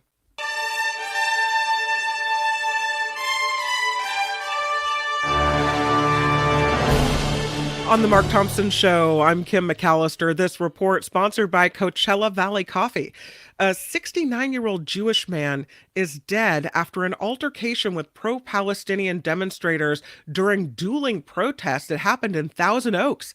The Ventura County Sheriff's Office says the man was a victim of a battery Sunday afternoon. He died in a hospital Monday morning of what's being called a severe head injury.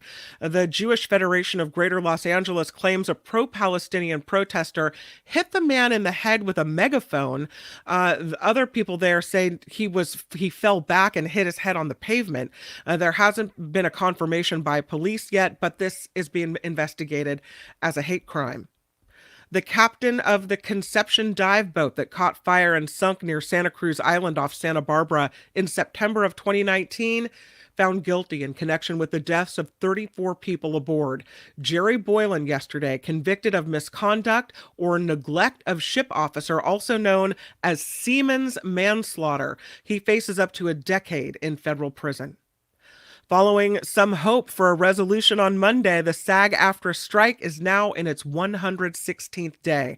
Representatives for Screen Actors rejecting what the Alliance of Motion Picture and Television Producers call its last best final offer. The deadline reports the major studio's latest offer included the largest wage increase for actors in 40 years, a 100% raise in bonuses for high-budget streaming movies and shows, and full protections against artificial intelligence. The actors' strike and the writers' strike, which ended more than a month ago, have cost California's economy an estimated $6 billion in revenue. U.S. candidate and Burbank area Congressman Adam Schiff calls the fact that he has a home in Maryland a non-issue. Last week, citing mortgage records, CNN reported Schiff has a condo in Burbank and a home in Maryland where he raises his children. Monday, at a campaign event in Salinas, Schiff told KCRA-TV from Sacramento that his primary residence always has been and always will be in California. Of course, Schiff vying for the Senate seat once held by the late Dianne Feinstein and is currently held by interim Senator LaFonza Butler. Calabasas, the latest city in California to ban virtual comments from its city council meetings. This after hate speech, including anti-Semitic and anti-Black comments, was made during the Calabasas City Council meeting on October 25th. They're not the only city council having issues with this. Officials say one person used an AI-generated recording to promote anti-Semitism in the voice of Anti-Defamation League CEO John Greenblatt. Another person called in using the name of a Nazi fighter pilot before using other racial slurs. Until further notice, only people who attend meetings in person will be allowed to comment. That's the way we're headed now. Palo Alto is keeping a popular street closed off to cars for a whole nother year. City leaders voted not to reopen it last night. California Avenue was turned in to an outdoor dining spot 3 years ago due to the pandemic. Most restaurant owners want to keep it that way, saying people like the vibe outside. Other businesses had asked to open at least one lane until a study can be done on how to prove the visibility there for everyone. And speaking of driving, this is the day for input on a possible plan to charge Bay Area drivers more. The Metropolitan Transportation Commission wants feedback on adding tolls to all lanes on most freeways. Pay up, everybody. It's just one of 3 proposals officials are studying. They say traffic is almost back to pre-pandemic levels, and their goal is to reduce travel times and encourage more public transportation. They've got a second workshop scheduled for tomorrow. And the victory tour for world champion El Segundo Little League continues into 2024. The team will be riding on a float in the Rose Parade on New Year's Day. DirecTV will cover the cost of the float, which typically run between $350,000 to $400,000 for a float. Isn't that wild? Well, this report is sponsored by Coachella Valley Coffee, and they are... oh man, the tea is amazing. Mark loves the coffee so much, and you can get your exclusive 10% discount. You type in Mark Tea at checkout. So check out the website. It's CoachellaValleyCoffee.com. You can see it on the website or on the screen here. CoachellaValleyCoffee.com. Peruse around. They've got a new holiday blend coming out. It's a great holiday gift. So check it out. And when you log out, I have your cart there to check out Mark T. Enter that in the code section and you get your 10% off. Our thanks to Coachella Valley Coffee for sponsoring the newscast. I'm Kim McAllister. This is The Mark Thompson Show. Yep, I'm telling you.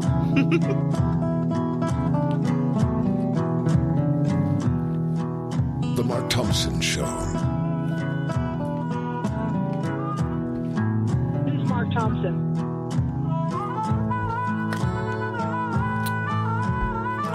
Hey, which one of you is Mark Thompson?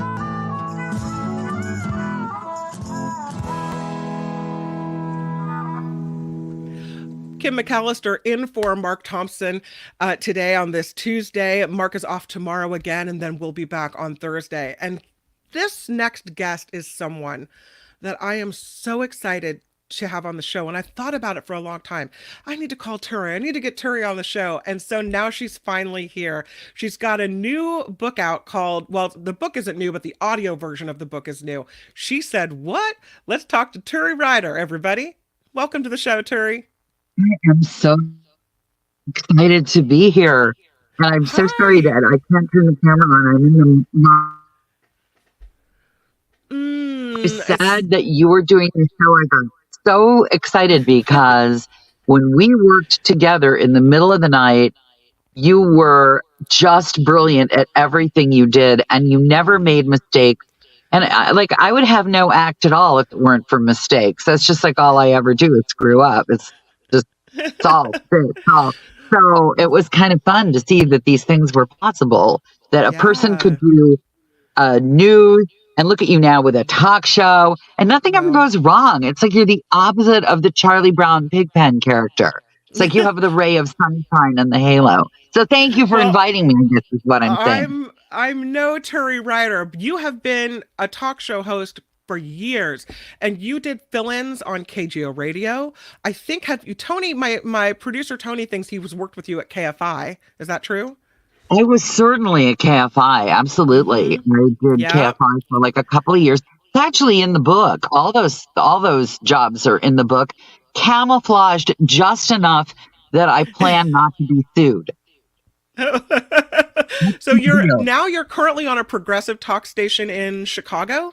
Yeah, I got like the dream gig. I'm doing a one-woman show out of the book. I got a podcast, and I fill in just enough that I don't explode when I have to watch and read the news. Because you watch and you read the news, and your listener viewers watch and read the news, and you get this. It kind of boils. Like, I got to talk to somebody. I got to talk to somebody. I got to say something. Totally. Right. And so at a certain point, if you don't do that, you end up throwing your box of Cheerios at the wall. So I'm doing just enough that the Cheerios are safe. Tell me one of the juiciest stories out of your book. Ooh, like racy juicy or things that happen like in radio studio. Could you be a little more specific, please?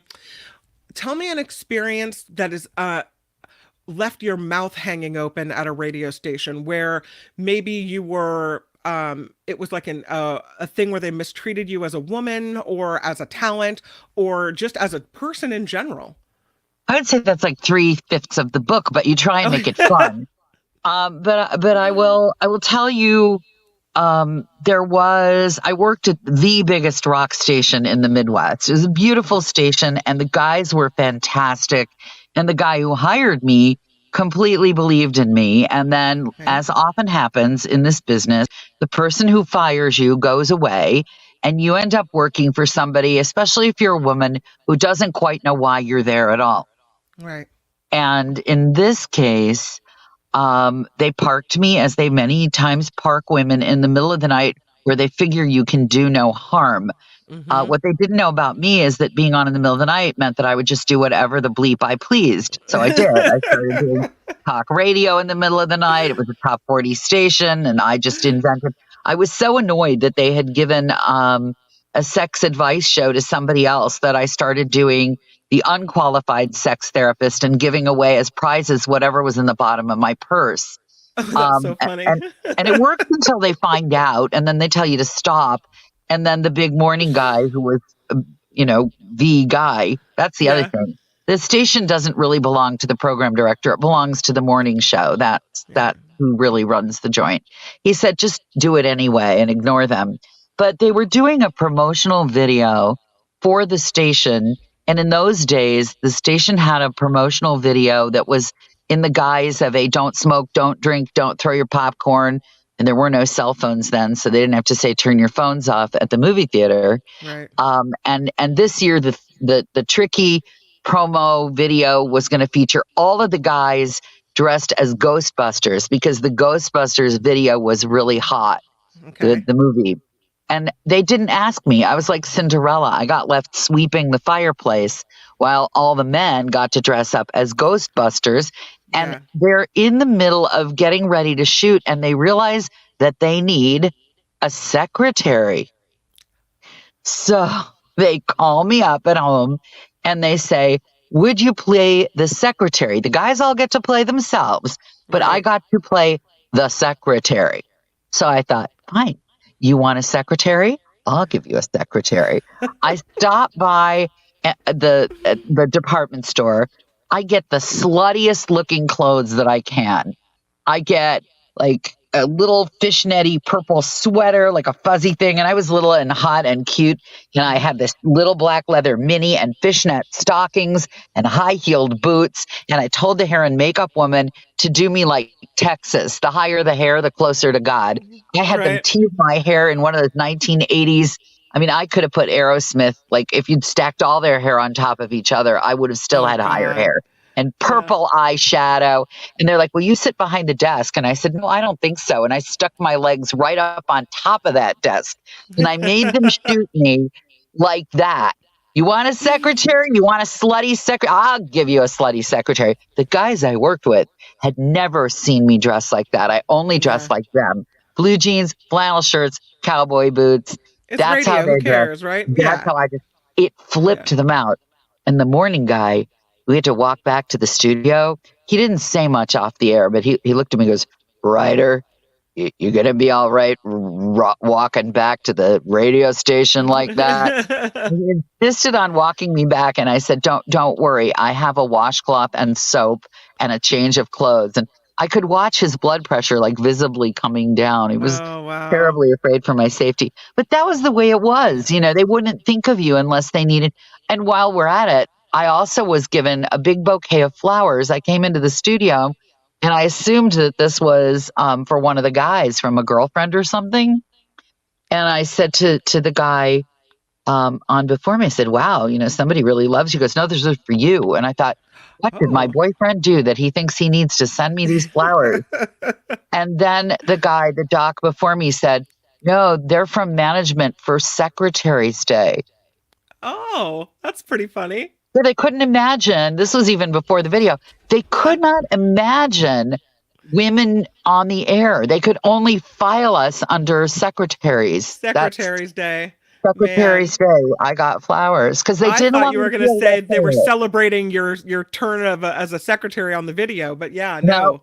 The two events were completely unrelated, other than that it was the same guy who envisioned me over and over again. Apparently, nice as a guy, secretary. Nice guy. Everybody, and that's the other thing. Every now and then, one of these guys who's been in the business a long time retires or, sorry to report, passes away. And there are all these posts on social media about what a swell guy he was, and he gave them a chance, and he gave them a shot, and a terrible loss to the business. And on my Facebook page, a year ago, I guess, I posted a thing that said, you know, I'm sure these were really nice guys, but every time somebody posts a long chain of social media about how wonderful and welcoming, I always feel like putting a little asterisk on that says he never would hire any women or gay people or people of color. You should just know that. So an interesting thing happened. I put that on my social media feed without naming any dead guys. And all these women posted. And then a guy who had also not hired me, said, you know, I'm thinking about what you wrote and I'm going to buy your book. And about a month later, I got the first and only ever apology. He sent me a message and he said, you know, I didn't hire you. I had a lot of opportunities to hire you.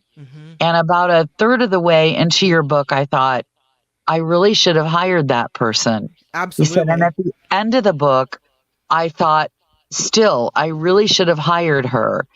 And he said, he wrote to say, I want you to know that I'm sorry. And I cried. I just cried. I mean, I won't name him. I'll never name him, but it was interesting. And usually these guys do their thing. They don't hire women. They don't hire people of color. They don't hire people who are out gay, and then they shuffle off this mortal coil and people go, what an amazing. And they are to some people. Right. Yeah, but not to everyone. I was talking to you last night about, or the night before, I forget, about what's going on in Israel and Gaza. And I know that you work on a progressive station. And I was telling you about the conundrum I feel, because I'm taking all this information from all these different sources, and some of it is very, pro-Palestinian, and some of it is very pro-Israel, and some of it's right down the middle. No matter what I say or what information I try to provide, one side or the other, it doesn't seem to be good enough. It's always upsetting to someone that I have shown something or said something that isn't aligned with how they feel about the issue. How are you talking to people about what's happening in the Middle East? Well, I think the short answer is that at this moment, it's horrific all around and there is no right answer. And what's also true is that to conflate the Palestinian people with Hamas is not right. And to conflate the Israeli people with their government is also not right. And if you want to know how that translates in America, if you get upset at, let's say, the Trump presidency, that's not all Americans.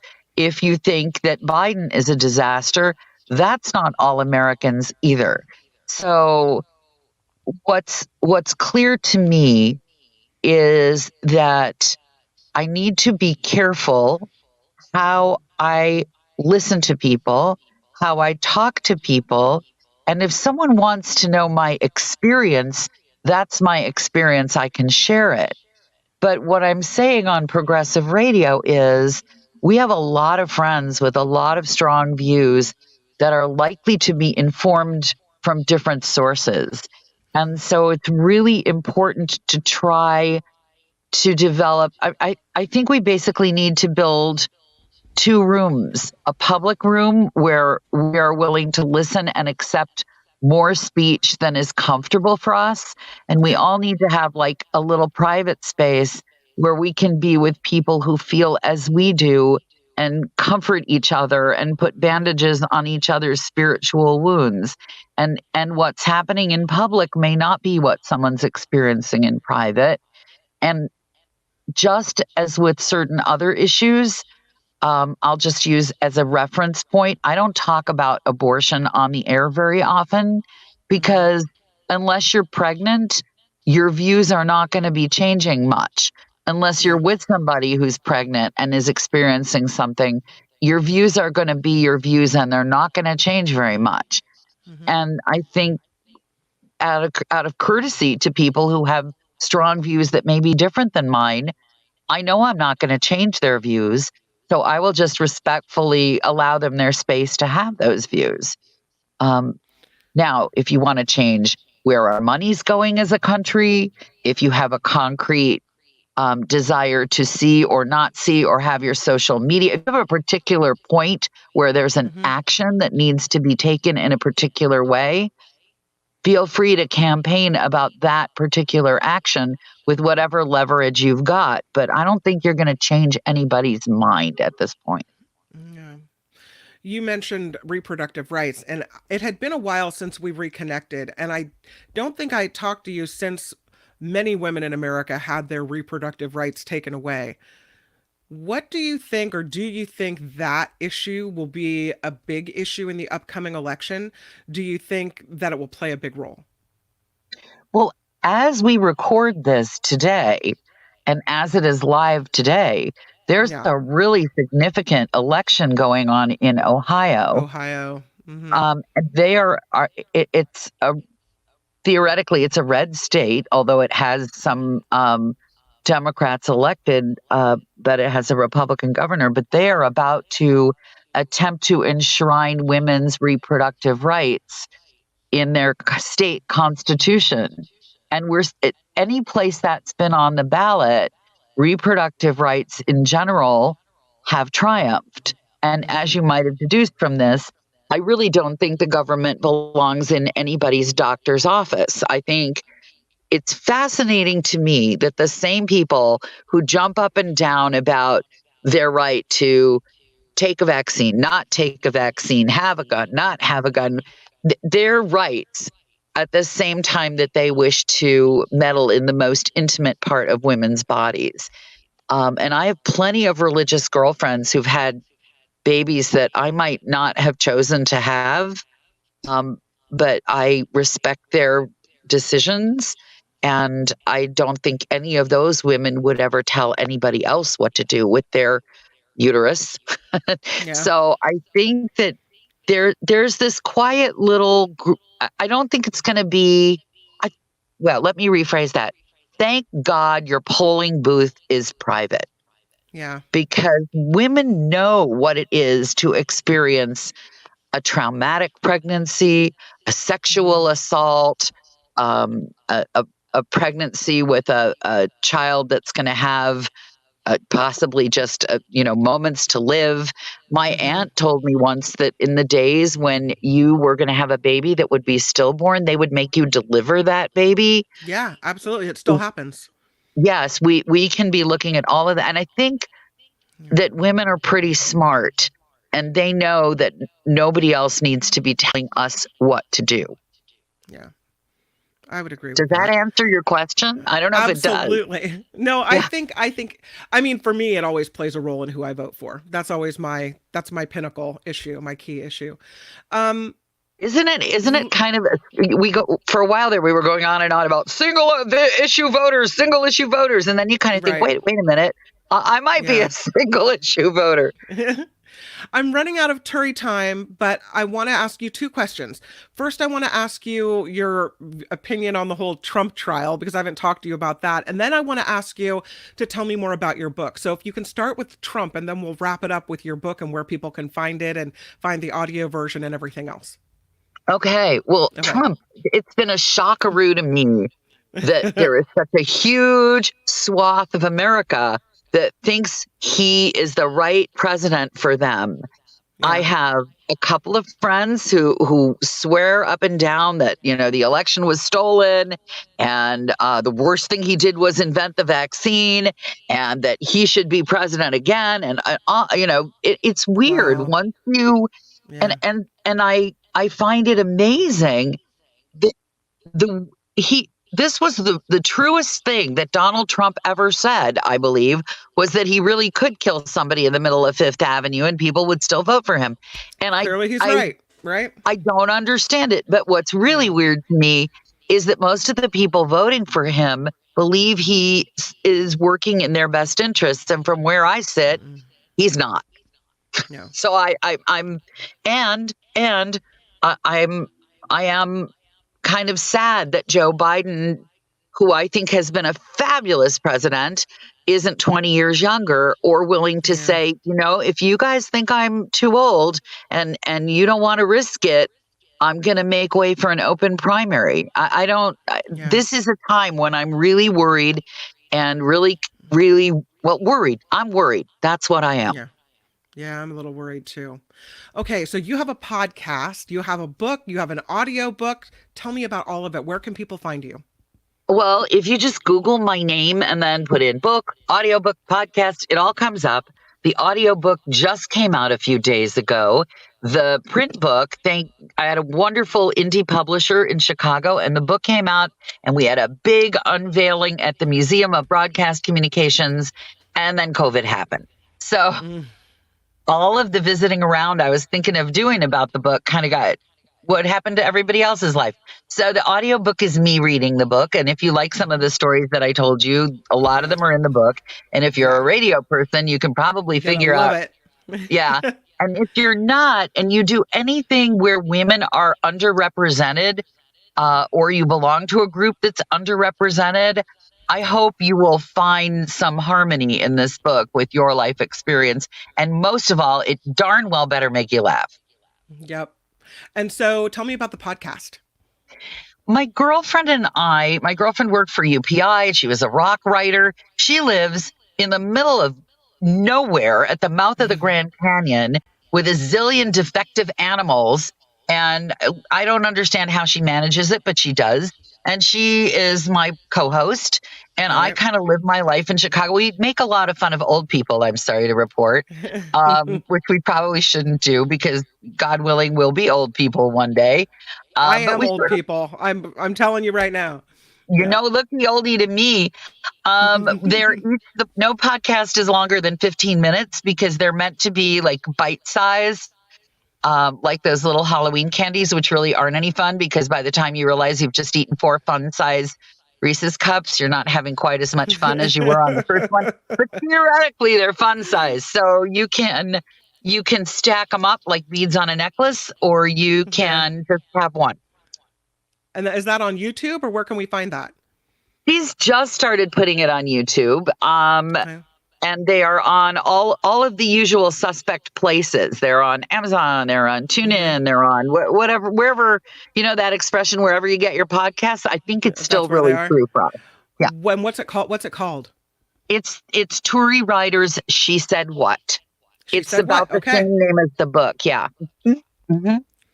Awesome. I would urge everyone to check it out on Audible. The book is on Audible, just came out with Turi reading the book. And I am going to listen to it. I haven't yet, but I will. And then the podcast. And have me as a guest sometime. I'd love to hang out with you guys. God. I know it's a short one. We don't usually have guests, but I will make the all-time exception for you because I adore you, and I've loved you since the day that I met you. And if you come on the podcast, I'll tell all your fans about how I used to just watch you brush your hair. Oh, well, there is that. That's still going on. Turi, I don't have fans, but I know you do because you're amazing, and I love you so much. Thank you for taking the time, even while you're traveling, to come on the Mark Thompson Show today. Thank you. I did not fall into the Niagara Falls, even though I was rushing to get over here. Yes, thank you. It was tempting. It's mesmerizing. Here I am, and you can have me anytime. Thank you. Awesome. Thank you, Turi. Talk to you soon. Bye, Turi Ryder, everybody. Awesome. Well, that is the Mark Thompson Show. We do have some people to thank. I did see Pinky's $1 a day come rolling on through. Pinky, you are so appreciated. Oops, I'm sorry. And I forgot to take Turi's name off the screen. Pinky, thank you for your $1 a day. So appreciate you always coming through. And then Harry, Grifton, Donald Grifton, with $5 for the Mark Thompson Show. Harry, thank you so much. Thank you, everyone, for all the ways you support the show. TheMarkThompsonShow.com. Again, I'll be back tomorrow. Albert will be here tomorrow. And we will see Mark Thompson on Thursday. So I hope that you guys will tune in for the after party live next. Tony's going to put the link in the chat. And you should have the link to Jim Avila's article too, also something. So thank you to everyone on the show today. We saw Jim, we saw Jefferson, we saw Robert and Turi, and thank you for being here, everyone. Yeah. Bye-bye. Bye, everybody. See you tomorrow. All the time. Bye-bye. Bye-bye. Bye, Tony. See you.